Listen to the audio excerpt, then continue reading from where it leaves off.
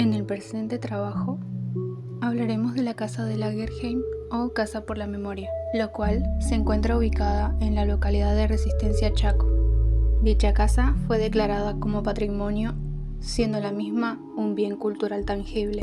Frente a la plaza central de Resistencia Chaco se levanta una casona antigua con balcones enormes, ninguna rareza, pues ya que en cualquier capital de la provincia argentina aún quedan edificios de hace tiempo, siempre dignos de ser admirados. Gustavo Julio Lagerheim, nacido en 1857, Suecia, falleció el 5 de agosto de 1923 en Chaco, Argentina, a la edad de 66 años. Fue presidente de la Municipalidad de Resistencia, del Club Social y fundador de la Sociedad Rural del Chaco. Creó también la Sociedad Protectora de los Indios. Luego, en 1907, compra la colonia de Amalia a los sucesores de Tristan Malbrán y en 1910 inaugura la vivienda familiar en Resistencia. La vivienda está ubicada en calle Marcelo Torcuato de Alvear 32, frente a la Plaza 25 de Mayo. Guarda su estilo español con reminiscencias eclécticas del arte nu y del neoclásico.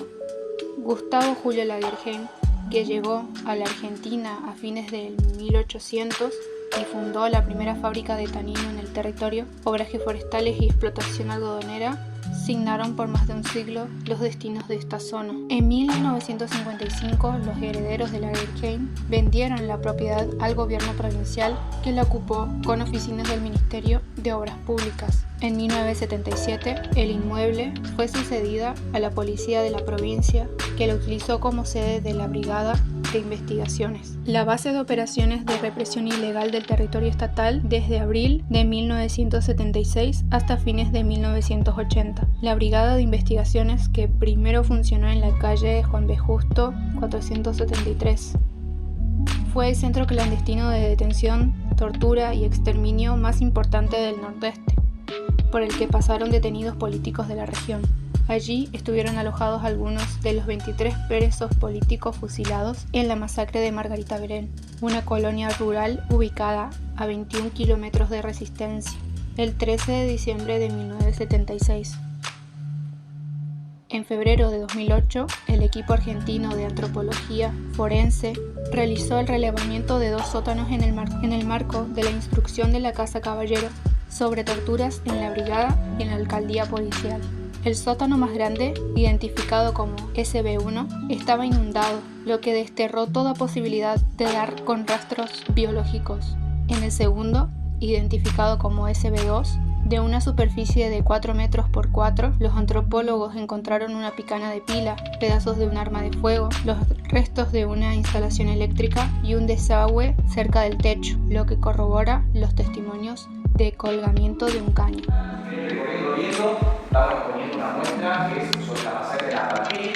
Es un hecho que ocurre en 1924, es decir, 50 años más quizás de la dictadura de la que estamos hablando, ¿no? La dictadura del 76, y este hecho ocurre en 1924. Ustedes preguntarán, bueno, ¿qué tiene que ver este hecho con la última dictadura de nuestro país?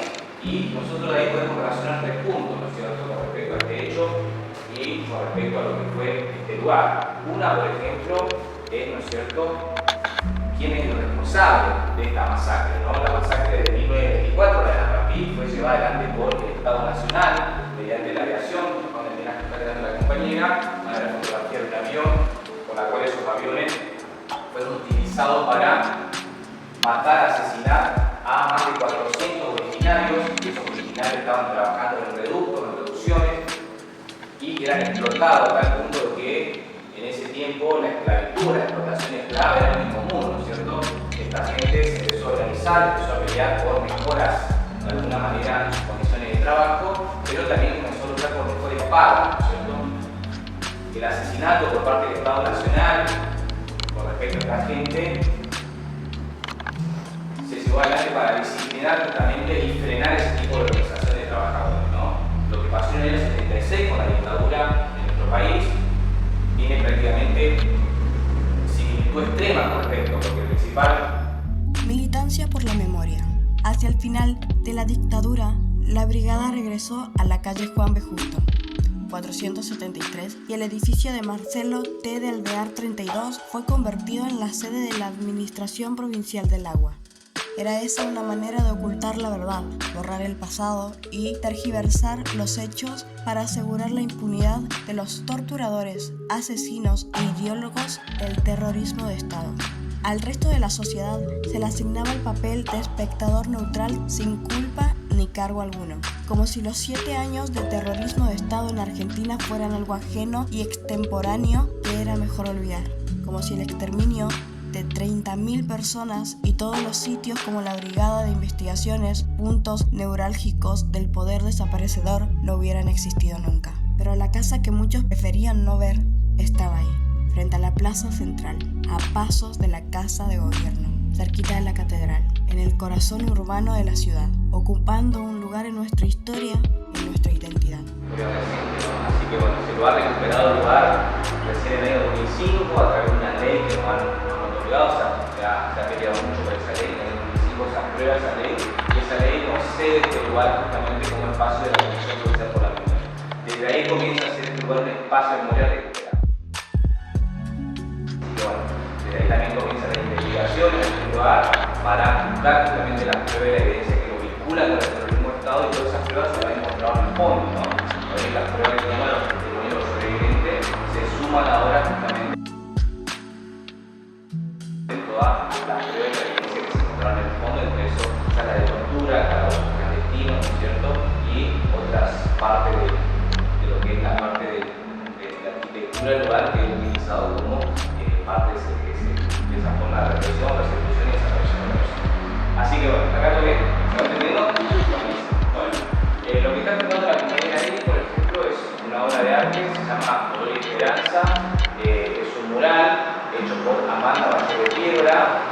Esta señora es la madre de Fernando Piedra, un estudiante, ¿no es cierto?, desaparecido durante la última dictadura, en lo que se conoce como la masacre de Margarita de León. Ella pintó este mural en la Facultad de Humanidades, en el aula magna, justamente, ¿no es cierto? Y lo que es eso es una réplica solamente, la original mide como 4 metros de alto por 10 de largo, es una obra grandísima, imponente, y si tienen la posibilidad de ir a visitarla, se la recomiendo, en la Facultad de Humanidades, en el aula magna, pueden ver la obra original, ¿no es cierto? Esta obra tuvo una censura, al principio cuando se la hizo, ¿no es cierto? Se la hizo en el año 87, 4 años después de la dictadura, y fue censurada más precisamente la parte donde muestra las sesiones de tortura y más precisamente la parte del sacerdote. Van a ver que hay un sacerdote presenciando una sesión de tortura junto a médicos, ¿no es cierto? Porque de alguna manera esa parte de la obra refleja la vinculación de civiles y la vinculación de la Iglesia Católica, ¿no es cierto?, con la dictadura cívico-militar de nuestro país, que la Iglesia Católica en ese momento no lo ocultó públicamente, dio su apoyo y de hecho la Iglesia está vinculada, ¿no es cierto?, a algunos delitos de lesa humanidad, entre esos el capellán que está detenido, creo que le dieron prisión domiciliaria hace poco, que es Bonheimer, ¿no es cierto?, es un sacerdote que reivindica la dictadura, fue parte de la dictadura y ha entregado listas de sacerdotes y monjas, ¿no es cierto?, que estaban vinculados o que ellos creían subversivos, por lo cual dentro de la Iglesia Católica tenemos también desaparecidos, no hay que decir eso también, que la Iglesia apoyó la dictadura, fue parte de la dictadura, pero dentro de su institución hubo muchos que estaban en contra o eran considerados subversivos, por lo cual han desaparecido también. Así que bueno, la Iglesia Católica presionó para que se borre esa parte de sus sacerdotes, se borró, se la censuró, ¿no es cierto? Y luego en el año 97, 10 años después de que se fue censurada esta parte de la obra, durante la toma de la universidad de los estudiantes que estaban cerrando una carrera preelemental, se llamaba la carrera que estaban cerrando, que es educación inicial, se llama ahora. En esa toma que duró prácticamente un mes, ¿no es cierto?, los chicos que estaban tomando la facultad llaman otra vez y traen a la que hizo el mural, Amanda Bachero Piedra, y vuelven a restaurar esa parte que había sido censurada en el año 87, por lo cual la van a encontrar ustedes la obra, ¿no es cierto?, completa y sin censura. Luego en el año 98, por pedido de la universidad y pedido del estudiante también, la obra fue declarada, ¿no es cierto?, como patrimonio, por lo cual no puede tener ninguna intervención, ¿no es cierto?, al menos que sea autorizado por la autora o la institución.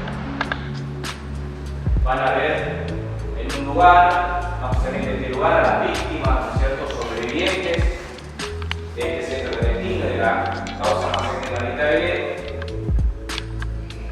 donde prestaron testimonio, van a ver también un par de testimonios en las paredes de los sobrevivientes, hemos sacado solamente algunos, como les decía, esos testimonios, junto también a unos dibujos realizados por compañeros del espacio, ¿no? Esos son solamente algunos, hay más de 200 dibujos en realidad, porque en todo el año hubo audiencia, etcétera, sobreviviente que daba testimonio, como si también toda la conformación del juicio, ¿no? 30 años después, fue renombrada Casa por la Memoria del Chaco y convertida en un museo y centro cultural. Decidieron entre 2002 y 2003 crear una comisión provincial por la memoria, con la intención de obtener el edificio como sede. En la comisión se encuentra el Estado en sus 3 poderes y los organismos de los derechos humanos. En julio de 2005 se sanciona la Ley 5582, la ley provincial que crea la Comisión Provincial por la Memoria. Desde su sanción hasta que finalmente la casa es cedida a la comisión pasa un cierto tiempo. La cesión se produce el 11 de diciembre de 2006, pero como no hubo una respuesta concreta a fines de ese año, se toma el edificio entre algunos integrantes de distintos organismos. Tiene como objetivo no ser un museo en el concepto tradicional, sino que más bien se lo puede considerar un centro cultural, generando una interacción. La información también de acá no está actualizada. Ustedes sabrán que toda información o todo dato que tiene que ver con respecto a la dictadura entre el 76 y el 83 se va modificando todo el tiempo, justamente porque los encargados de tener la información precisa, ¿no es cierto?, completa, y después la dictadura misma, la Toledo, ha eliminado toda esa información, por lo cual todo lo que se logra saber es mediante información aportada por testimonios, investigaciones que se hacen, denuncias, ¿no es cierto?, por lo cual constantemente se va modificando. La información se desprende de alguna manera, ¿no es cierto?, los desaparecidos con respecto a sus localidades y por donde se lo vio por última vez con vida, ¿no es cierto? Entonces tenemos ahí un plano y van a ver que la mayoría se concentra en Resistencia y en la parte centro, ¿no? Esas peñas, que eran los dos puntos de alguna manera centrales donde la represión actuaba, ¿no? En el caso de Resistencia, por ejemplo, la mayor cantidad de desaparecidos eran trabajadores, docentes, estatales y estudiantes, ¿no? O sea, esas peñas, en esa zona del interior, eran trabajadores rurales, ¿no es cierto?, que estaban o se organizaban dentro de lo que se conocen las ligas agrarias. La agrupación campesina, organización campesina, que nucleaba a los pequeños productores, que luchaban también por definir el precio de su producción y su trabajo, con otros muchos puntos, ¿no es cierto?, que reclamaban y se organizaban, eran cooperativas, trabajaban en conjunto. Y ese modelo, de alguna manera, de campo era una amenaza, ¿no es cierto?, para la dictadura, por lo cual llegó a perseguirlos y desaparecerlos. Se cree, se estima que en el interior de la provincia hay muchísimo más desaparecidos, lo que tiene la provincia de una manera en el interior, y que hay mucha gente que aún le cuesta hablar, ¿cierto?, le cuesta plantear estos temas, le cuesta dar su denuncia o involucrarse con el Estado para contar lo que le pasó.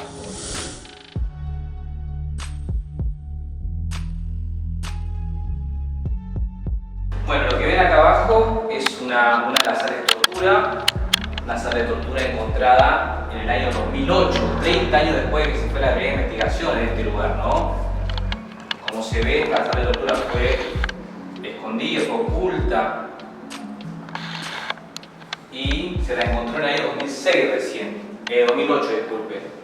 Cuando se la encuentra el EAF, el equipo argentino, el equipo de antropología forense de la Argentina.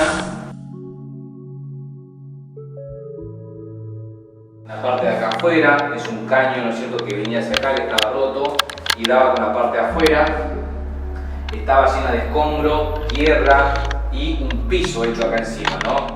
Por lo cual este lugar, cuando lo tapan, posteriormente fue ocupado por mucha gente acá arriba, sin saber que quizás acá abajo había una sala de tortura escondida. En En la investigación que se desarrolló aquí abajo se logró encontrar diferentes elementos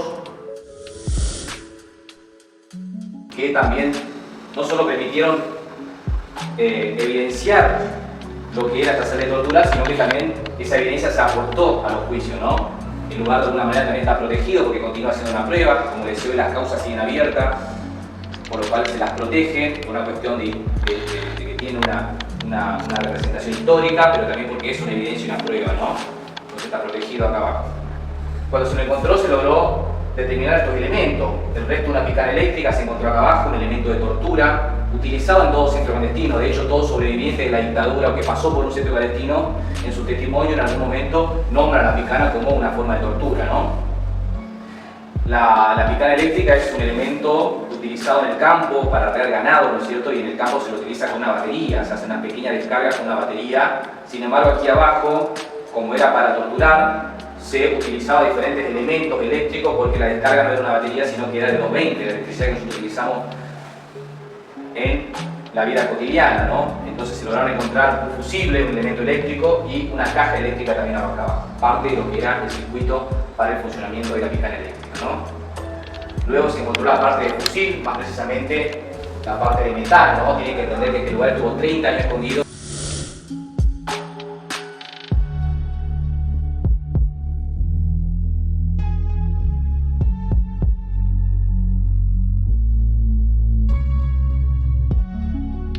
Esto es un homenaje a las mujeres chaqueñas o vinculadas con el Chaco, por su militancia, que fueron desaparecidas y asesinadas durante la dictadura. Es un registro en construcción en el que veremos a un puñado de mujeres de las que se pudo conseguir una imagen, un testimonio, de otras mujeres que las conocieron y las quisieron. Todas siguen existiendo en el recuerdo de los que las amaron, sus familiares, sus compañeros, hijos no encontrados. Muchos rastros han sido cortados y sabemos que han querido hacer desaparecer y borrar hasta la memoria de sus vidas y la historia de sus luchas. Pero, obstinados como ellas, los rastros siguen su camino en la memoria colectiva, en un movimiento sin pausa. La verdad siempre sale a la luz. Sus tiempos no son los de nuestras pequeñas vidas, ya que el camino de la verdad hacia la superficie teje a veces lazos extraños, complejos, asombrosos. Y un día lo oculto habrá surgido a la vista de todos. Habrá brotado, revelando esas redes secretas de que la verdad se ha valido para llegar hasta el lugar que debe ocupar en la historia de nuestra patria. Llegan nombres, testimonios, escritos, dibujos, fotos que han estado dormidas en cajones, olvidadas entre trastos, hasta que una mano y una mente la rescatarán para la historia. De ese compromiso se nutren hoy las nuevas generaciones, las que salen a la calle vestidas como les place, las que han conseguido la aprobación de nuevas leyes y luchan por sus derechos que, ahora sí, van en dirección a la yugular del patriarcado. Esta obra es un comienzo y un desafío para ir recuperando los otros nombres, sus fotos, los rastros y los testimonios que haya de ellas. Confiamos en la memoria que tiene la fuerza de lo femenino, la naturaleza de la tierra, nutriente y transformadora, paciente y tenaz. Homenajeamos en ella a las compañeras desaparecidas y a las mujeres que las amaron y que nos dejan el testimonio de su persistente presencia. Emma Beatriz Cabral, desaparecida el 13 de diciembre de 1976. En esos días que ella desapareció, nosotros no lo supimos en ese momento. En noviembre ella le mandó la nena con una mujer y en la carta le decía: tenémela por una semana, que yo vengo, porque voy a ir a buscar a Reinaldo, porque nos desencontramos. Se ve que entonces ya lo habían tomado a él, pienso yo, y pobrecita no vino a la semana y no apareció más. Palabras de Delfina, madre de Emma Cabral.